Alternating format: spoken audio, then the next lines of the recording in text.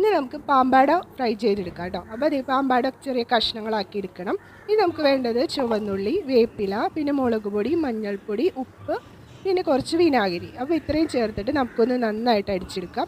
നമ്മുടെ മീനൊന്ന് കഷ്ണങ്ങളാക്കി എടുത്തതിന് ശേഷം നമുക്ക് ഈ മസാല അതിലേക്കൊന്ന് പുരട്ടി കൊടുത്തിട്ട് ഒരു 10 മിനിറ്റ് ഒന്ന് മാറ്റി വെച്ചതിന് ശേഷം ചട്ടി ചൂടാകുമ്പോൾ വേപ്പിലിട്ട് കൊടുത്ത് നന്നായിട്ടൊന്ന് ഫ്രൈ ചെയ്തെടുക്കാം.